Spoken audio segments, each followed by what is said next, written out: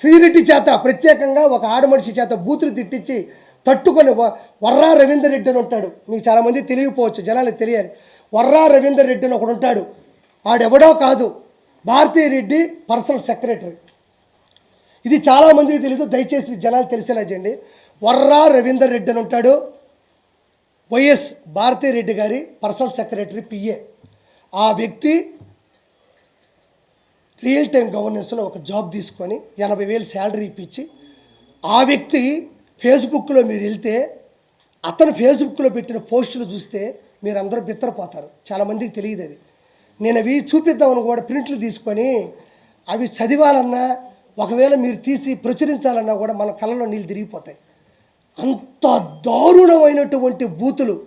ఒక వైఎస్ భారతీ రెడ్డి గారి personal secretary ఒక చిన్న పదవి తీసుకొని అతను పెట్టిన పోస్టులు కానీ మీరు ఫేస్బుక్లో చూస్తే మనం కళ్ళలో నీళ్లు వస్తాయి. మా అమ్మ సాక్షి, వెంకటేశ్వర సాక్షిగా చెప్తున్నా. నేను వెంకటేశ్వర అన్నానంటే నేను తప్పు చేస్తే నాశనం అయిపోతా, ఆయనలాగా నాశనం అయిపోవాలని ధైర్యం నాకు ఉంది. వర్రా రవీందర్ రెడ్డి అని ప్రజలందరికీ చెప్తున్నా. ఫేస్బుక్లోకి వెళ్ళి మీరు చూస్తే ఆ బూతులు కానీ మీరు చూస్తే, మనం మగాళ్ళం కదా, మనం అందరం ఎక్కడో ఇక్కడ కలిసినప్పుడు సరదాగా ఏదో 2-3 అంటాం కదా, మనం అసలు పనికిరాం.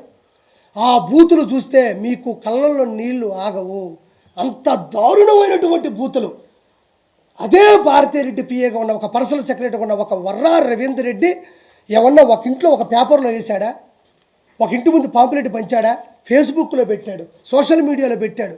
ఒక సోషల్ మీడియాలో పెట్టిన పోస్టులు ప్రపంచం మొత్తం వెళ్తాయని మీకు తెలియదా? వైఎస్ఆర్సీపీ గవర్నమెంట్లో అథారిటీగా సోషల్ మీడియాలో కొంతమంది ఉంటారని తెలియదా? అది భారతీరెడ్డి గారికి తెలియదా?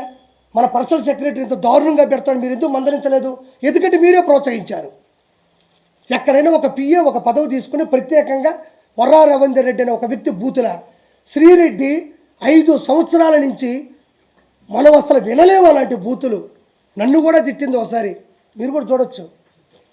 కొవ్వూరు ప్రసన్న కుమార్ రెడ్డి మీద నేను తిరుగుబాటు చేస్తే నన్ను కానీ నా కుటుంబాన్ని కానీ అవి మామూలు బూతులు కాదు.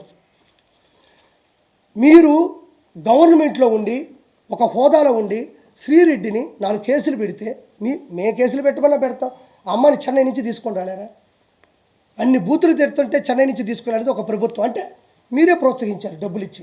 బోరుగడ్డ అనిలు పవన్ కళ్యాణ్ గారి కుటుంబాన్ని తిట్టిన తిట్లు, మన తిట్లను మాత్రం వదిలేయాలి, వాటిని గుర్తు చేసుకోకూడదు. అంత అవమానంగా ఉంటాయి ఆ మాటలు.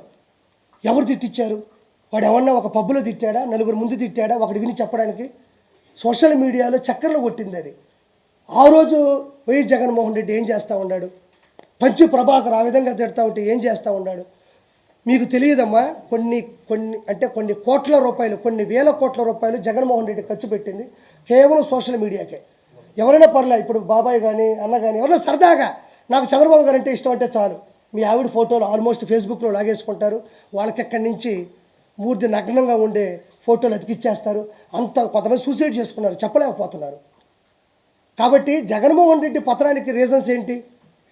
నా భయం ఏంటంటే ఓడిపోయారు ఆర్పీ గారు, మనం మాట్లాడక్కర్లేదని నేనేం అంటోలే. ఇక్కడ సమస్య ఏంటంటే ఒక రాజ్యసభ సభ్యుడిగా ఉన్నవాడు ప్రజలకి తీర్పు ఇవ్వాలి, నేనే తప్పు చేయలేదు అని. అతను ఖచ్చితంగా DNA టెస్ట్కి వెళ్ళాలా, లేదంటే అతను తప్పు చేశాడని చెప్పి ఒప్పుకోవాలా? ఒప్పుకుంటే ఏ శిక్ష చేస్తారో నాకు తెలియదు, అంత నాలెడ్జ్ నాకు లేదు. జగన్మోహన్ రెడ్డి 100% ప్రజలు ఆయనకి 40% ఓట్లు వేసి అంటున్నారు.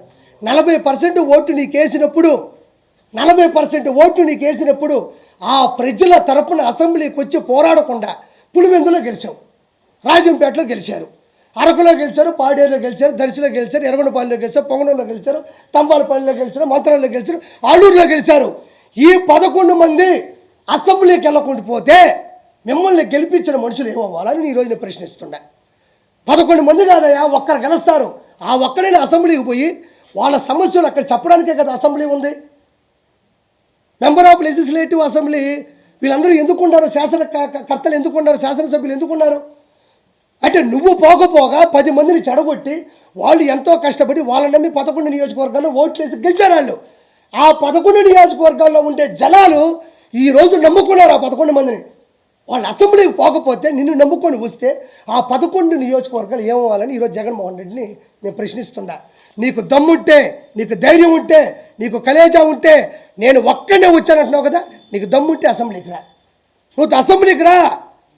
నేను మాటిస్తున్నా నా పార్టీ నుంచి నువ్వు భువనేశ్వర్ గారు అన్నట్టు, రాయపాటి అన్న గారిని అన్నట్టు, అదేవిధంగా పాపం ఉండవల్లి అనుష గారిని అన్నట్టు, మంగళపూడి అనిత గారిని అన్నట్టు దయచేసి మా ప్రభుత్వం అనదు. మాకు సంస్కారం ఉంది. మేము ఏ రోజు ఆడవాళ్ళ గురించి అసభ్యంగా మాట్లాడాలి, అసభ్యంగా చిత్రీకరించలేదు. నీ భయం ఏంటంటే మీ ఆడవాళ్ళ జోలికి రాము. ఒకటే మందల రాజకీయంలో నువ్వేం తప్పు చేసావు, నువ్వేమో అగాజ అంటే ఎంత అజ్ఞానంగా ప్రవర్తించావో, ఎంత దారుణాలు చేసావో వాళ్ళు ప్రశ్నిస్తారు. నువ్వు కూడా వచ్చి ప్రశ్నించు. మన 7,000 రూపాయలు పాపం అందరికీ మనందరికి కూడా పింఛన్లు ఇవ్వడం జరిగింది. ఇప్పుడు చెప్పారు మనిషి 15,000 రూపాయలు అన్నారు. ఏం వచ్చాగవా జగన్మోహన్ రెడ్డికి? షుగర్ ఏ లెవెల్లో ఉందో నాకు అర్థం కావడంలే. జస్ట్ నెల 10-15 రోజులైందమ్మా. మొన్నే పాపం 14-15 లక్షల కోట్ల రూపాయలు అప్పు పెట్టి ప్రజాధనాన్ని ప్రజలకు చాలామంది తెలియదన్నా, ఈ భూమి మీద పుట్టిన ప్రతి ఒక్కడికి ఈ భూమి మీద ఒక హక్కు ఉంటుంది. కొండలు ప్రకృతి వనరులే. ఋషికొండ దేవుడి సన్నిధితో సమానం. 7 ఋషుల పైన యాగాలు చేశారంట. తిరుమల కొండ నాశనం చేశాడు. ఒక కొండ లేదు, ఒక ఇసుక లేదు. ఈరోజు రోడ్లు మీకు వేయలేదని మీరు ఫీల్ అవుతున్నారు. రోడ్లు వేసేసారని సంతకాలు పెట్టి ఎప్పుడు 1,000 కోట్లు 1,00,000 కోట్లు డబ్బులు తీసేసుకున్నారు. ఆ అభివృద్ధి జరిగిపోయినట్టు అందులో సంబంధించినటువంటి అధికారుల చేత సంతకాలు పెట్టి ఆ డబ్బుల్ని పంచేసుకున్నారు. కొన్ని లక్షల ఒక్క విజయసాయి రెడ్డి దగ్గర 5 లక్షల కోట్ల రూపాయల డబ్బులు ఉంది. కాదు అంటే నేను తప్పు చేశానంటే నా మీద కేసు పెట్టమను.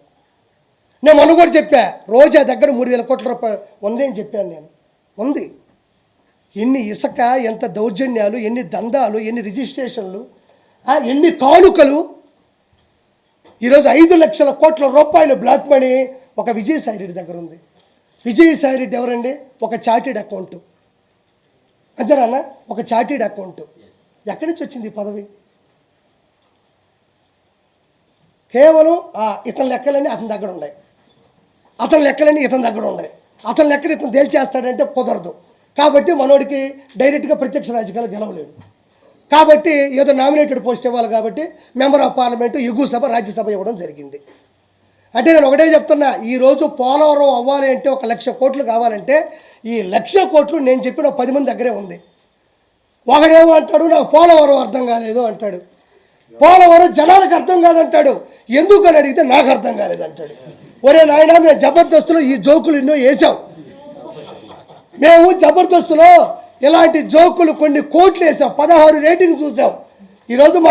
ఈరోజు ఈ స్థానం ఉందన్నా, ఇంకోటి ఉందన్నా, మాకు జబర్దస్తే, నేనే కాదనలేదే.